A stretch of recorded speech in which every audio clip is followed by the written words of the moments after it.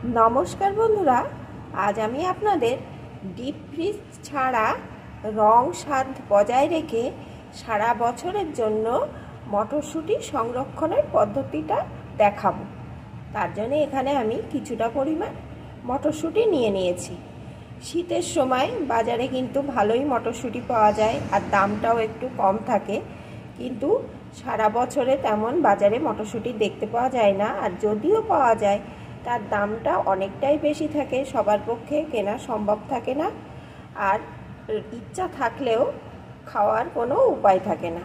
তাই আমরা যদি শীতের সময় একটু বেশি করে মটরশুঁটি কিনে এইভাবে সংরক্ষণ করে রেখে দিই, তাহলে কিন্তু সারা বছর ইচ্ছা মতন রান্নায় ব্যবহার করতে পারি। তাহলে আমি কিভাবে এই সংরক্ষণটা করি সেটাই আজ আমি আপনাদের দেখাবো। তাহলে বন্ধুরা, দেখার শুরুতেই প্লিজ একটা লাইক দিয়ে দেখতে থাকুন।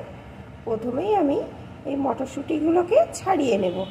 তাহলে বন্ধুরা, আমি মটরশুঁটিগুলোকে ছাড়িয়ে নিয়ে ফিরে আসছি। সবটা দেখাতে হলে ভিডিওটা কিন্তু অনেকটাই বড় হয়ে যাবে, আর মটরশুঁটি ছাড়ানোটা তো আপনারা সবাই জানেন কিভাবে ছাড়াতে হয়। তাহলে আমি মটরশুঁটি ছাড়িয়ে ফিরে আসছি।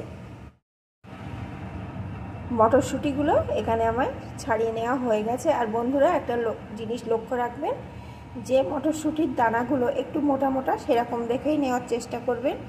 যে দানাগুলো একদম ছোট ছোট থাকে সেগুলো কিন্তু বাদ দিয়ে দেবেন। আর যে মটরশুঁটি ছাড়ানোর পরে যে খোসাটা পড়ে থাকে সেটাও কিন্তু ফেলা যায় না। এটা কিন্তু বাটা খেতেও খুব ভালো লাগে। এই বাটার রেসিপিটা যদি আপনারা দেখতে চান তাহলে কমেন্ট করবেন, আমি অন্য একটা ভিডিওতে দেখিয়ে দেব। এখানে আমি গ্যাস ওভেনে একটা কড়াইতে একটু জল বসিয়ে দিয়েছি। সেই জলের ভিতরে দিয়ে দেব প্রথমে 2 চামচ চিনি,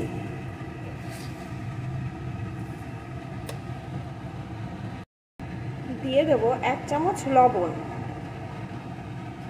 এখন চিনি আর লবণটা জলের সাথে ভালো করে মিশিয়ে নেব। আর এই জলটা কিন্তু খুব বেশি গরম করব না, উষ্ণ উষ্ণ গরম হলেই এর ভিতরে মটরশুঁটিটা দিয়ে দেব।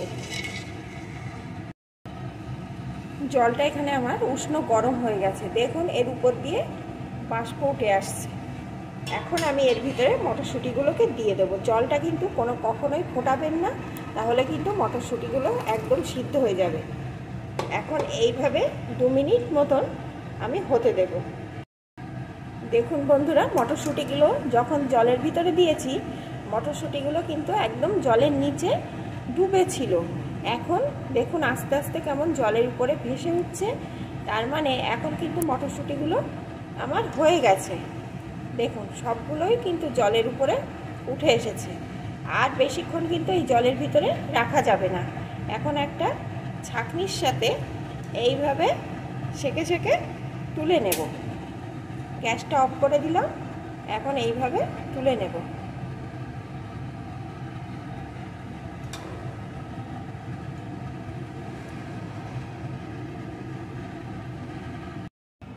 সমস্ত মটরশুঁটিগুলোকে আমি কিন্তু একটা পাত্রে তুলে নিয়েছি।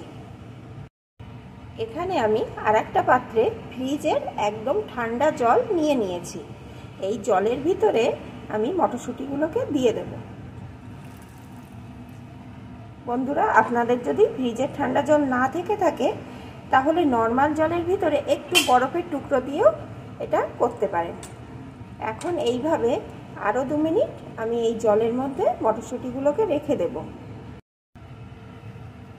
2 মিনিট পর এই জল থেকেও সেকে আমি মটরশুঁটিগুলোকে তুলে নেব। বন্ধুরা, টাইমগুলো লক্ষ্য রাখবেন, এই টাইম অনুযায়ী কিন্তু মটরশুঁটিগুলোকে করতে হবে, না হলে কিন্তু মটরশুঁটি ভালো থাকবে না। আবারও আমি মটরশুঁটিগুলোকে আর একটা পাত্রে তুলে নিয়েছি। আর বন্ধুরা, আপনাদের যদি রোদ্রে দেওয়ার ব্যবস্থা থাকে তাহলে এইভাবে মটরশুঁটিগুলোকে একটা পেপারের উপরে কিংবা একটা কোনো রকম থালা যে কোনো পাত্রের উপর দিয়ে 1 ঘন্টা মতন রোদ্রে দিয়ে নিয়ে আসবেন। আর যাদের রোদ্রে দেওয়ার ব্যবস্থা নেই তারা যা করবেন সেটা আমি দেখিয়ে দিচ্ছি। একটা মোটা সুতির কাপড় নিয়ে নেবেন বা তাওয়ালে নিয়ে নিলেও হবে। এখন এর উপরে মটরশুঁটিগুলোকে এইভাবে ছড়িয়ে ছড়িয়ে দিয়ে দিতে হবে।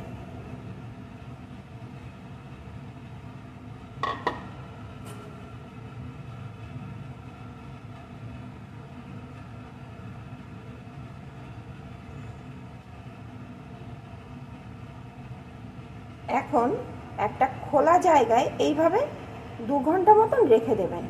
আর যদি খোলা জায়গায় না দিতে চান তাহলে ঘরের ভিতরে একটু ফ্যান চালিয়ে 1-1.5 ঘন্টা রেখে দিলেই চলবে। তাহলে বন্ধুরা আমি সময় মতো ফিরে আসছি।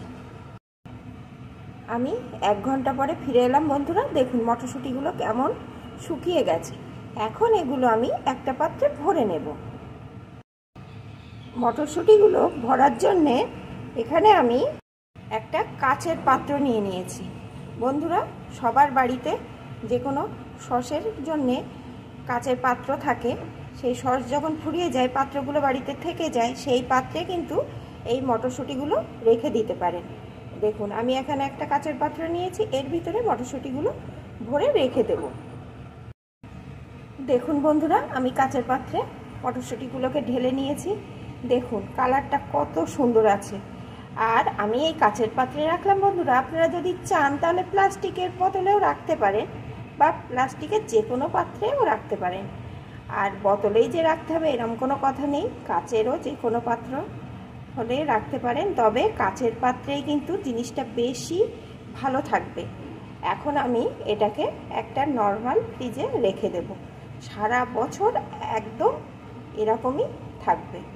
আর অবশ্যই লক্ষ্য রাখবেন যে পাত্রেই রাখুন না কেন পাত্রটা যেন শুকনো থাকে। শুকনো থাকলেই মটরশুঁটিগুলোকেও শুকনো রাখবে আর মটরশুঁটিগুলো একদম ফ্রেশ থাকবে। তাহলে বন্ধুরা আপনারাও বাড়িতে এইভাবে সহজে মটরশুঁটি সংরক্ষণ করে সারা বছরের জন্য রেখে দিতে পারেন। আর যেমন খুশি তেমনভাবে এটা সারা বছরই রান্না করে খেতে পারেন। তাহলে আমার এই পদ্ধতিটা আপনাদের কেমন লাগলো অবশ্যই কমেন্ট করে জানাবেন। আর যদি একটুও আপনাদের উপকারে আসে তাহলে তো খুবই ভালো। আর অবশ্যই একটা লাইক শেয়ার করে দেবেন।